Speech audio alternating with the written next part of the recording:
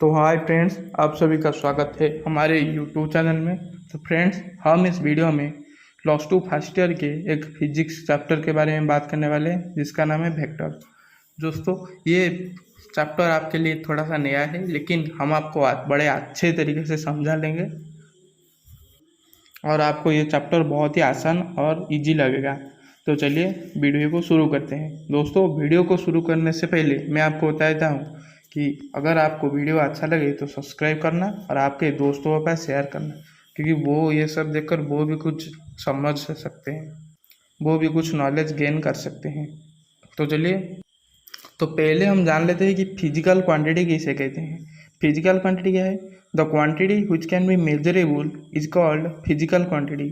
Physical quantity हम किसे कहते हैं? जिसे हम मेजर कर सकते हैं, यानी कि माप सकते हैं। उसका कोई निर्दिष्ट माप होना चाहिए, उसे हम कहते हैं फिजिकल क्वांटिटी। तो चलिए दोस्तों, यहाँ पर फिजिकल क्वांटिटी को दो टाइप से डिवाइड किया गया है। पहला है स्कालर और दूसरा है वेक्टर। तो चलिए हम एक एक करके स्कालर क्या है उसे जानते हैं और वेक्टर क्या है उसे भी जानते हैं। तो दोस्तों, पहले आता है क्या? स्कालर। स्कालर क्या है? यहाँ पर डेफिनेशन है कि these are the quantity which require only magnitude for their complete specification. यानी कि उनका सिर्फ एक मैग्नीट्यूड होता है, उनका कोई डायरेक्शन नहीं होता। दोस्तों, यहाँ पर आप एग्जाम्पल से देख सकते हैं।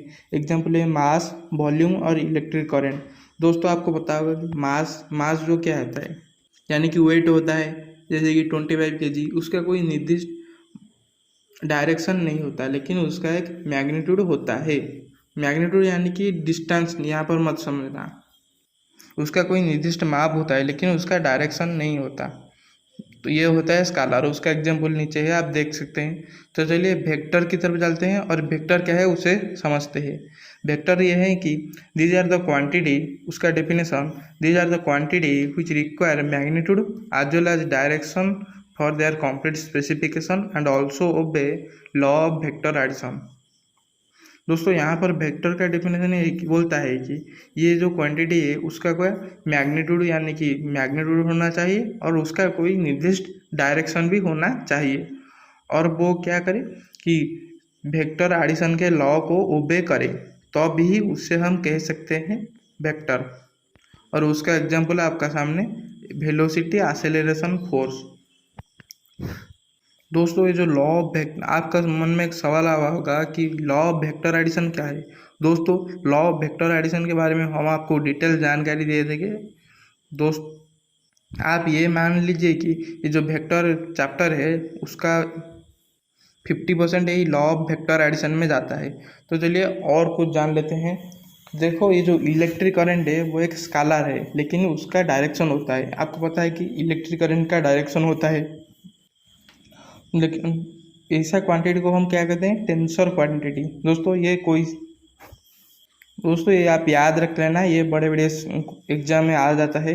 यानी कि इलेक्ट्रिक करंट एक स्कालर है, लेकिन उसका डायरेक्शन है, यानी कि the scalar quantity which has direction is called tensor quantity. ये आपको याद रहना चाहिए। तो चलिए, यहाँ पर ऐसा है कि रिप्रेजेंटेशन ऑफ वेक्टर, यानी कि हम वेक्टर को कैसे पहचानें।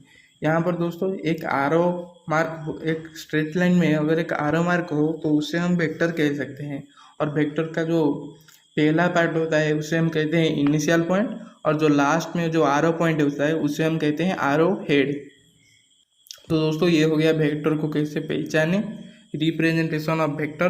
तो चलिए टाइप ऑफ वेक्टर में चलते हैं। टाइप ऑफ वेक्टर में आपको बहुत ही मजा आएगा और उसके डेफिनेशन बहुत ही छोटे छोटे हैं।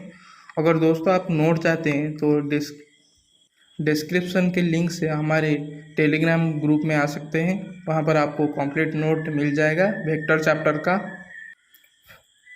तो चलिए, टाइप ऑफ वेक्टर में पहला ये है कि नॉल वेक्टर। नॉल वेक्टर कैसे हम कहते हैं? It is the vector having zero magnitude but any arbitrary direction. यानी कि एक वेक्टर जिसका मैग्नीट्यूड क्या है? जीरो, और उसका कोई भी ऑर्बिटरी डायरेक्शन हो सकता है, उसे हम कहेंगे नॉल वेक्टर। तो चलिए, नॉल वेक्टर तो हो गया। Unit vector. यूनिट वेक्टर क्या हम क्या कहते हैं? इसका डेफिनेशन है कि it is the vector having unit magnitude drawn in the direction of giving vector. इसका यह मतलब है कि इसका मैग्नीट्यूड यूनिट होना चाहिए। दोस्तों आपको यूनिट का मतलब यहाँ पर एक समझना है, यानी कि यूनिट वेक्टर हम किसे कहेंगे। मान लो एक वेक्टर है ए, उसका अगर मैग्नीट्यूड 1 हुआ तो उससे हम कहेंगे यूनिट वेक्टर, समझे। और उसे हम किससे रिप्रेजेंट करते हैं, एक कैप से। कैप यानी कि यहाँ पर आप देख सकते हैं ए वेक्टर क्या है, ए वेक्टर बाय ए का मॉड, इसे हम कहते हैं यूनिट वेक्टर, और उसे हम रिप्रेजेंट करते हैं कैप से। तो चलिए और एक को जान लेते हैं, इक्वल वेक्टर। इक्वल वेक्टर हम कैसे कहते हैं, two vector are said to be equal if they have equal magnitude and equal direction. यानी कि दो वेक्टर को हम इक्वल वेक्टर तभी कहेंगे जब उनका मैग्नीट्यूड इक्वल समान हो और डायरेक्शन भी इक्वल हो। अगर उन दोनों वेक्टर का मैग्नीट्यूड और डायरेक्शन इक्वल हुआ तो उसे हम कहेंगे इक्वल वेक्टर।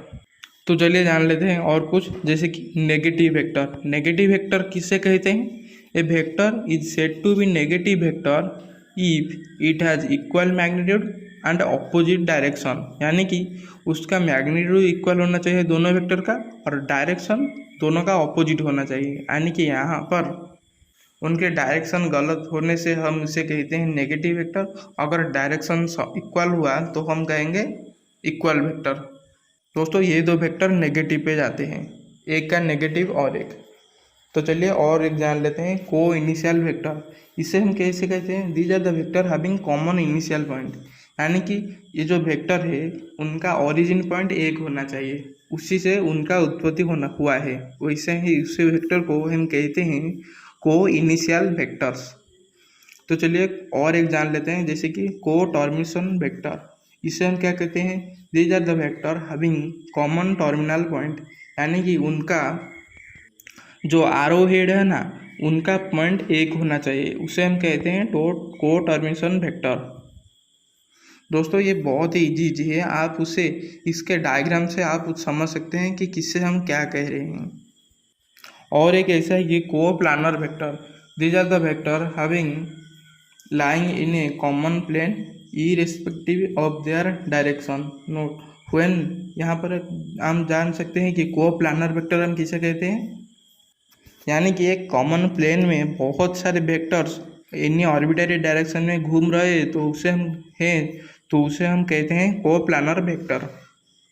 दोस्तों अगर हम आपको एक स्केलर दे और एक वेक्टर दे और उनके बीच मल्टीप्लिकेशन करें तो आंसर क्या आएगा, तो चलिए उसके बारे में जान लेते हैं थोड़ा सा। मान लो कि when a scalar multiply with a vector then the result will be a vector. यानी कि हम एक स्केलर ले और एक वेक्टर ले और उनके बीच मल्टीप्लिकेशन करें तो उसका आंसर आएगा वेक्टर। तो चलिए मान लेते हैं कि मान लो एक स्केलर है बी और एक वेक्टर है u, और उनका मल्टीप्लिकेशन से हम और एक वेक्टर पाते हैं v, तो v हो जाएगा b इंटू यू वेक्टर। अगर b जीरो हो, यानी कि दो स्केलर जीरो हो, तो रिजल्ट क्या आएगा, नॉल वेक्टर, जिसके बारे में हम पहले बता चुके थे। तो चलिए और कुछ जान लेते हैं, addition of vector. Vectors are geometrically added कर, हम वेक्टर को ज्योमेट्रिकली ऐड कर सकते हैं लेकिन अलजेब्रिकली नहीं कर सकते। और वेक्टर एडिशन इज कॉम्यूटेटिव, यानी कि ए वेक्टर प्लस बी वेक्टर होगा क्या, बी वेक्टर प्लस ए वेक्टर। तो ये जो एडिशन ऑफ वेक्टर है ये 3 लॉ पर काम करता है, जिसके बारे में हम और एक वीडियो में डिटेल में बात करने वाले हैं। तो दोस्तों आज के लिए इतना ही, मिलते हैं दूसरी वीडियो में।